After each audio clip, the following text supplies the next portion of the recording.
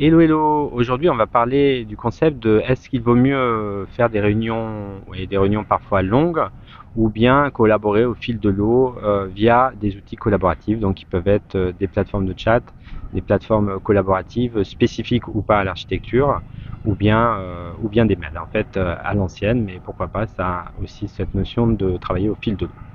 En fait, les réunions, effectivement, elles sont souvent décriées et pour de bonnes raisons, parce que le problème des réunions, c'est qu'elles sont souvent trop longues. Et elles sont souvent trop longues, pas assez ciblées.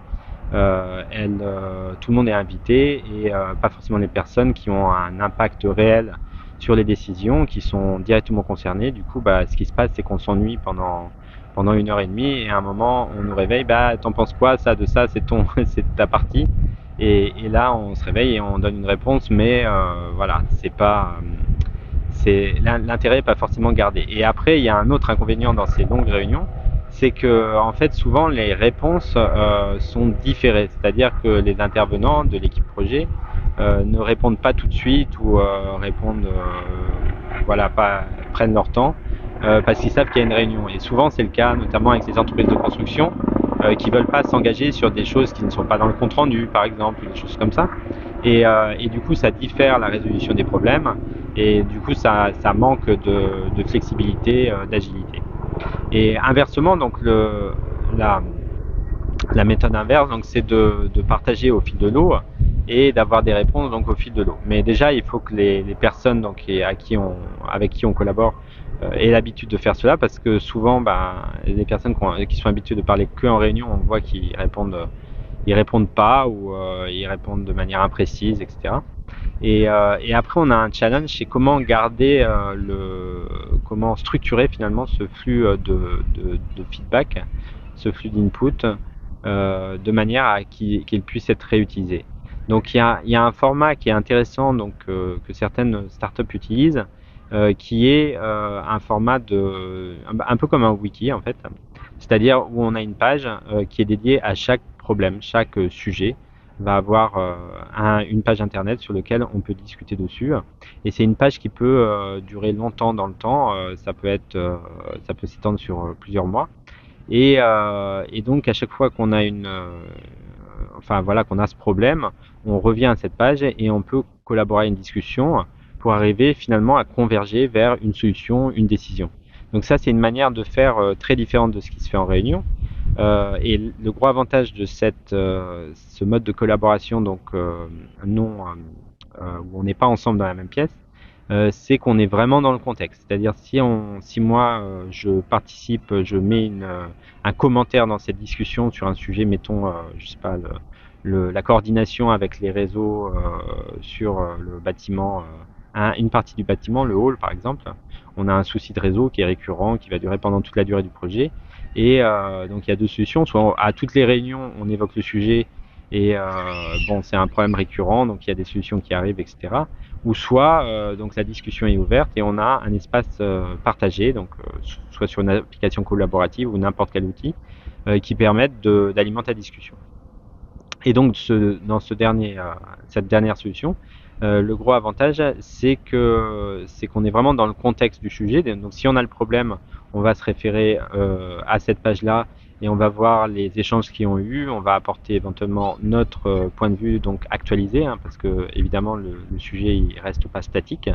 On peut partager des images, on peut partager des liens vers des maquettes, etc. Et ça permet de donner du contexte qu'on n'a pas forcément en réunion. Donc en réunion déjà on n'a pas forcément le temps. On nous pose une question, on nous dit répondez à cette question, vous en pensez quoi? Et soit on a préparé le sujet, soit on l'a pas, mais on n'a pas forcément pas le temps de partager tout. Et donc cette manière de faire à froid est intéressante et complémentaire. Après, l'avantage des réunions physiques, et là pour physique ou même via des outils de réunion à distance, mais disons d'une coordination, du fait que tout le monde soit en même temps au même endroit ou sur le même lien, le gros avantage, c'est que ça oblige toutes les personnes à se positionner sur un sujet particulier. Donc ça, on ne peut pas l'enlever et il faut le garder. Mais par contre, il faut que les réunions soient beaucoup plus cadrées.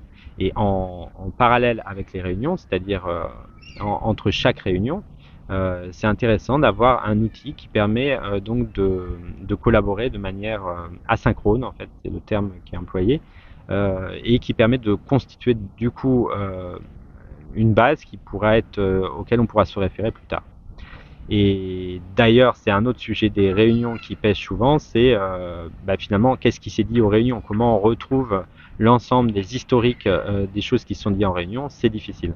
Et pour cela, il faut sûrement une application collaborative, en tout cas un outil qui permet de s'y référer. Et d'ailleurs, on y travaille avec Brix, et donc si ça vous intéresse, vous pouvez me contacter là. Suite à cette vidéo, vous me contactez parce qu'on est en train de concevoir exactement une fonctionnalité qui fait ça, qui permet de gérer les comptes rendus de réunion, mais tout en gardant l'historique du projet.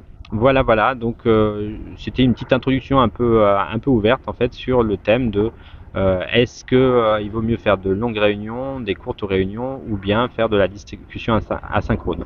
Donc on reviendra là-dessus sûrement dans de prochains épisodes, peut-être en parlant de l'aspect spécifiquement de la maquette BIM, comment on laisse des commentaires sur la maquette BIM. Et ce sujet donc fait partie de la nouvelle formation que je prévois de sortir d'ici le mois de juin.